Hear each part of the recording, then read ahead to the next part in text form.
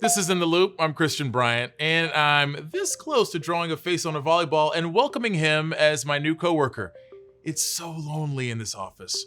Anyway, here's what we've got tonight. Vote by mail is all the rage in this quarantine era, but it could lead to some serious complications, especially in those close swing states. We'll take a closer look. Plus, the push to save the live events industry makes their case to Congress. But first, here's what's happening. COVID-19 cases are on the rise in states across the West and Midwest. Missouri, Montana, and Oklahoma are among those seeing the largest increases. This comes as states across the South also struggle to keep their new case numbers down. With much of the country still dealing with hotspots, experts worry about major outbreaks in college towns as classes resume later this month. University of Texas and Austin are telling students that parties are prohibited when campus reopens. Yeah, good luck with that. Body camera footage from police involved in the arrest of George Floyd leaked online today via the Daily Mail. The footage shows the moments leading up to Floyd's arrest before he was killed in police custody. Transcripts from this footage were released last month, but the judge overseeing the case didn't allow media outlets to publish the footage itself. 4 former Minneapolis police officers are facing charges for Floyd's death on May 25th. In building a new economic relief plan, lawmakers are looking for the middle ground, but the two parties are still about $2 trillion apart. The two sides can't agree on what sort of aid should go to the state and local levels. But the biggest disagreement is over how to structure a new unemployment fund. This is the first week tens of millions of jobless Americans will go without a $600 check. Democrats want to keep it at that amount in the next bill, but Republicans propose about $200 a week. There is some agreement. Both sides at least agree that Americans do need a second stimulus check, but when you could see that is still up in the air. The Senate is supposed to head into recess at the end of this week. Isaias is technically a tropical storm again, but overnight it made landfall in North Carolina as a full-on hurricane. Wind speeds reached 85 miles per hour. Damaging winds and likely tornadoes spun out from the storm, including one in Beirut County that tragically killed 2 people and sent about a dozen others to the hospital. As the storm continues north, it's leaving a path of power outages and flooding. It also created a tornado in Maryland. Isaias is expected to remain classified as a tropical storm, but it's still packing winds up to 70 miles an hour as it passes along much of the East Coast. A huge explosion in Beirut has caused widespread damage and casualties, with the death toll still climbing. There's been a lot of speculation around that blast, but as Newsy's Jake Godin shows us, there's also a lot of visual evidence that can clear up some of the misinformation. There's still a lot of uncertainty around the massive explosion that devastated Lebanon's capital of Beirut, but we can determine a few things and dispel some online theories based on the wide collection of open source evidence around the blast.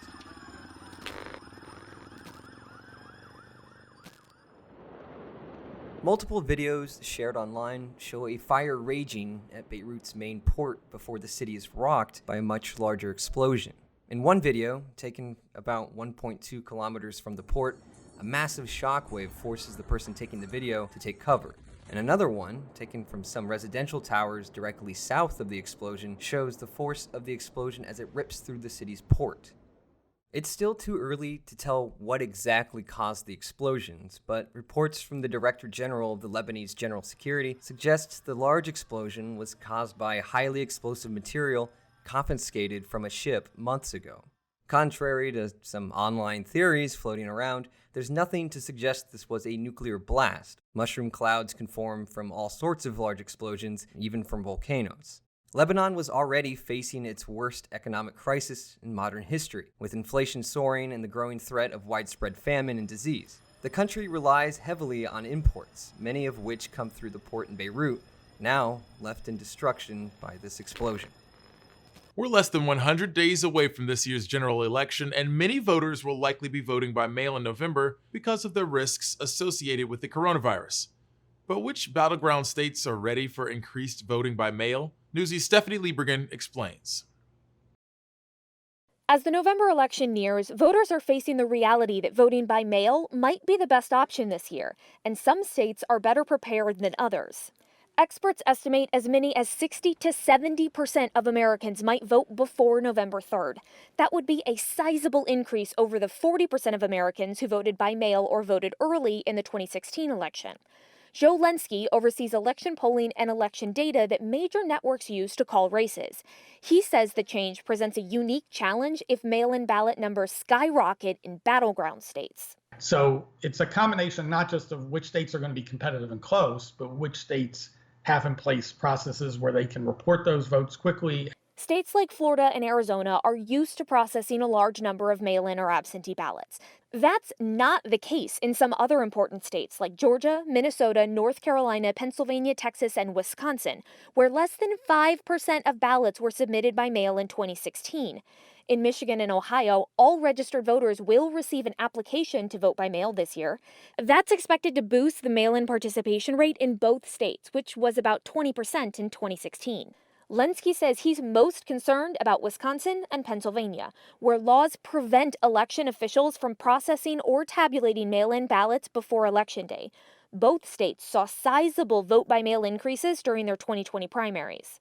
But we found that states that don't have a long history of large numbers of by-mail votes get overwhelmed in the current environment when that number of by-mail votes increases dramatically. Previous elections have shown that Democrats are more comfortable voting by mail than Republicans. So a delay in counting the absentee votes can skew the early results. It's something known as the blue shift.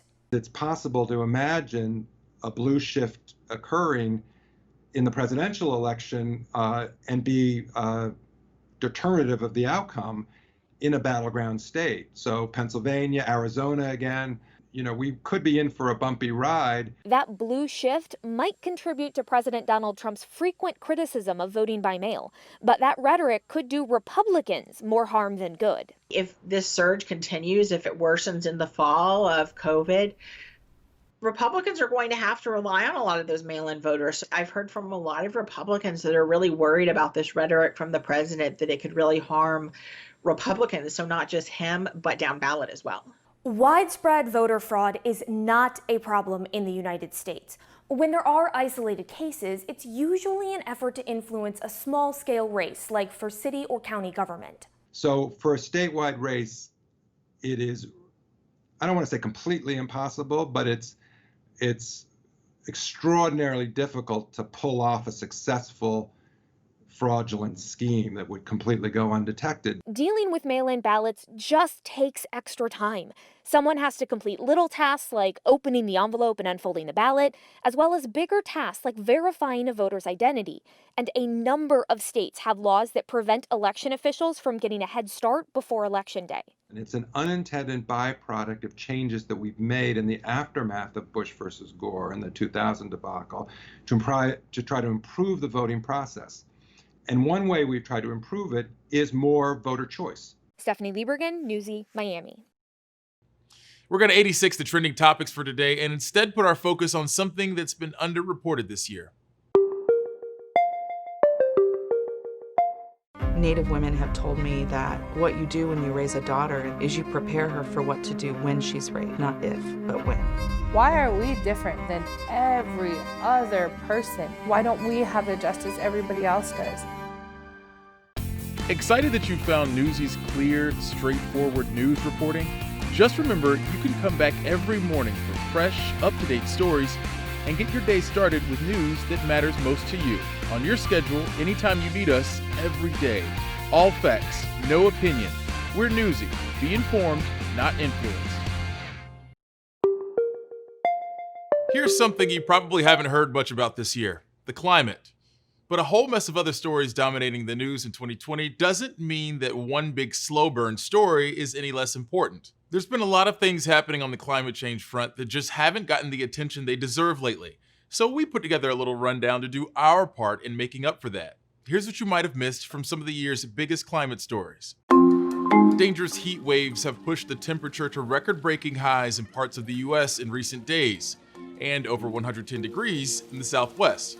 Across the country and across the world, this summer has brought unusually high temperatures. This lines up with predictions from meteorologists who say major policy changes are needed now to prevent more intense heat waves decades from now. We're having heat waves around the planet that are often the highest on record. The climate that we have now was generated by the combination of gases in the atmosphere that we had 30 years ago. So this is not something that can be stopped on a dime. At least a quarter of Bangladesh has been underwater this past week as the Southeast Asian nation deals with widespread flooding that's destroyed homes, farms, and lives for one of the world's poorest populations. This is one of those stories that shows how rising sea levels and other forms of climate change aren't some kind of distant future scenario. They're already here. And of course, one of the biggest drivers of climate change is the emissions of greenhouse gases that trap heat in the atmosphere. At the start of this pandemic, you might have heard about this steep drop in emissions, what with the world basically coming to a standstill and all that. But emissions have been climbing back up over the past few months, now at levels just 5% lower than last year. Now, when we're talking about 5% of all the world's emissions, that's a pretty big deal. But scientists have pointed out that any positive impacts for the environment will just be a blip in the big picture unless more permanent changes are made, such as cleaning up energy systems and vehicles. The good news, as economies are rebuilt post-pandemic, there's an opportunity to make some changes that could curb the impacts of climate change in the long run. We've missed out on a lot this pandemic, including tons of live events. And since coronavirus restrictions hit, live event organizers, small businesses, and freelancers have really taken a beating. As Newsy's Casey Mendoza reports, a group of industry leaders are advocating for live event businesses and taking their concerns all the way to Congress. We're here in front of Senator Marco Rubio's office today to send a message, clear, and send a strong message to Congress, who's deciding our future right now. Live event workers, including planners, caterers, suppliers, and crews, typically work behind the scenes. But amid the pandemic, while live events are stalled, they're taking the spotlight for themselves and advocating for federal financial support. When your livelihood has basically been stopped, it's not even a slow roll. It was a door slamming in our face. That's Nancy Schaefer, president of the newly formed Live Events Coalition, a group that advocates for the 12 million live event workers around the country. We determined that approximately 66% of all those involved in our industry have either had a reduction in pay, or it's been slightly reduced, or it's gone altogether. 47% are unemployed. To better understand the economic impact of live events in the U.S., consider that trade shows and conferences make up a $17 billion industry. Concerts make up a $35 billion industry. And weddings, they more than double that, with a staggering market size of $74 billion. Believe me, this is an industry of type A individuals. The fact that we can't do anything is kind of a true nightmare. To help the industry stay afloat, the coalition is advocating for updated and extended pandemic unemployment assistance, paycheck protection, and economic injury disaster loans. In cities around the world, the group is also organizing empty events to raise awareness for live event workers and small businesses. We want to survive until we get to the other end so that we can do what we all want to do. Casey Mendoza, Newsy, Chicago. It's time for my nightly sweep of the newsroom to make sure nothing else is living in here with me. If I'm not back when you are, call for help.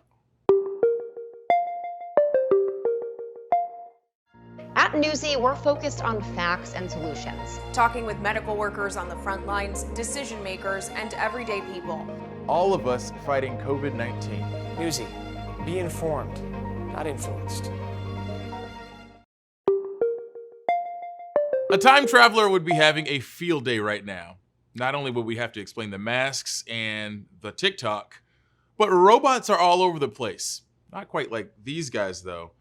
As Newsy's Kat Sandoval reports, robots have been used in hundreds of instances to specifically deal with the coronavirus.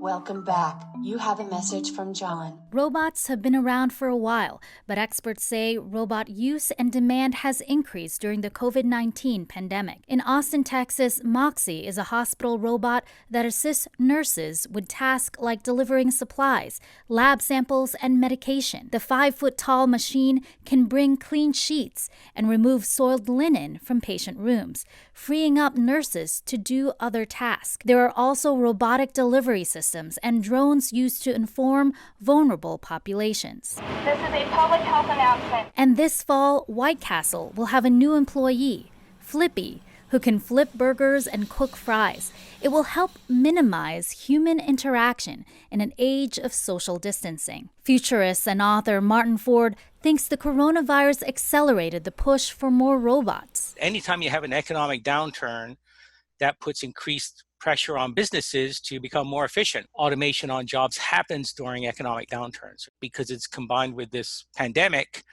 which puts a lot of pressure for social distancing. Because of the way COVID-19 spreads, robots can be ideal in the workplace. BrainCore says demand for their robotic cleaning equipment grew 24% so far in the second quarter of 2020 compared to last year. We don't know how robots are going to be used because disasters, fortunately, aren't that common. And so we're learning as we go. For more than 20 years, Professor Robin Murphy has been a pioneer in robots used in disasters like Hurricane Katrina and the Fukushima Daiichi nuclear accident. Murphy and her team analyzed global use of robots from March 27 to July 1st. They found 203 instances of robots being used specifically to deal with the coronavirus. More ground robots were used than aerial ones. More robots were used for public safety than in hospitals or for clinical care. Robots were also used in various other sectors too. So these robots that you think of being used for a pandemic are actually showing economic viability, earning their keep every day by disinfecting hospital rooms when you change out patients. Please select a cycle type. Bacteria. Murphy thinks robots will stay well beyond the pandemic, but with unemployment rates worse than any time since the Great Depression, there are legitimate fears that robots will take away people's jobs.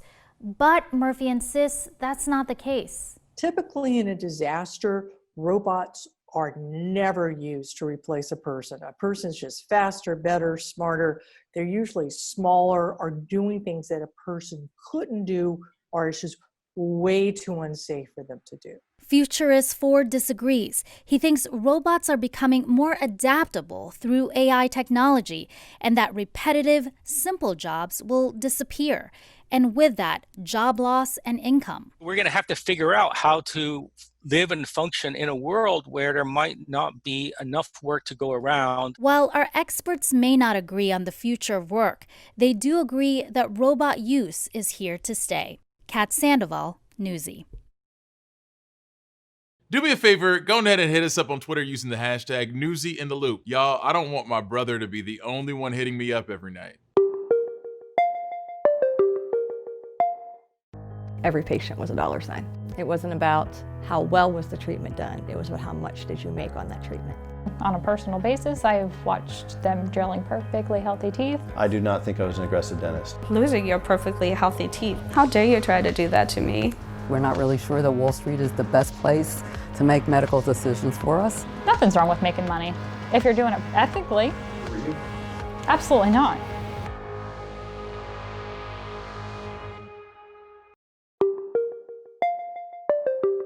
While we've been keeping a close eye on COVID cases, it's important to note that more people will recover from the virus than will ultimately succumb to it. But that road to recovery could look different for every person, with some having a much longer distance to travel, metaphorically speaking. Newsy's Lindsay Thies speaks to the first man and woman to receive double lung transplants after severe complications from COVID-19.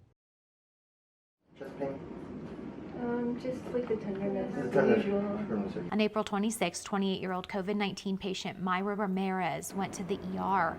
By June 5th, the illness had damaged her lungs so much that she received a double lung transplant. I looked at myself, I couldn't recognize my body. I thought it was a completely new body. Northwestern Medicine in Chicago recently discharged Ramirez, but she recalls how within 10 minutes of being admitted, doctors had to call her family, who lives states away, so they could make medical decisions for her. My entire family is in North Carolina. I only had a couple minutes to contact them to let them know what was going on before I was intubated for 6 weeks. During that crisis, she, like other COVID-19 patients in the hospital, had to go it alone. She and her family were not able to see, hold, or comfort each other. So this is the ECMO machine. You can see it's going into the neck. On July 5th, 62-year-old Brian Coons received a double lung transplant at Northwestern Medicine after 100 days on ECMO, a life-saving machine that does the work for the heart and lungs when they've been spent. You're doing pretty good, my friend. I hope so. Yeah. He's also recovering now, but when he speaks, you can hear how COVID-19 has weakened him. I was perfectly healthy. This thing took me down hard. Stay safe and listen to what they're telling you about washing. Yeah, it's not a joke. And everything. This is it's not a joke whatsoever. This disease is not a joke. It's not a hoax. A warning, this surgery video may be graphic. Lung transplant surgery is complicated, but doctors say it takes even longer in coronavirus patients because of how the virus shreds the patient's lungs. Usually we do these bilateral lung transplants in 6 to 8 hours. We were taking more than this, like around 10 hours. So that, I think, reveals how difficult the dissection was with all the scarring and damage from the virus. The recovery will be a long process too, with things like anti-rejection meds, tons of physical therapy, and more. Both patients have GoFundMe accounts asking for help. Coons' family says his benefits are wiped out and his medical bills are over $2 million. But for Ramirez, being alive outweighs it all. There's a family out there that's grieving their loved one. I have that person's lungs, and how lucky I was to have received it. For Newsy, I'm Lindsay Thies. That's it for us, gang. Feel free to hit our digital tip jar on your way out. We'll be back tomorrow with more In the Loop. Same time, same place. More top stories from Newsy are headed your way right now.